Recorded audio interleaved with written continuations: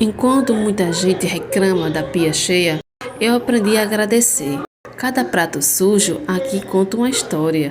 Teve comida na mesa, teve família reunida, teve risada, teve conversa, teve vida.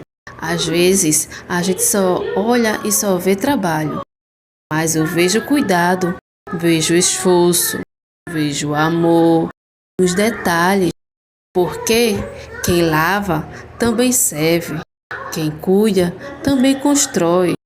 Não é sobre limpar pratos, é sobre manter a casa em ordem, mesmo quando o cansaço tenta vencer. A pia pode estar cheia, mas o meu coração está grato. E se for para recomeçar todos os dias, que seja com água, sabão e fé, porque até nas pequenas tarefas, Deus está vendo tudo.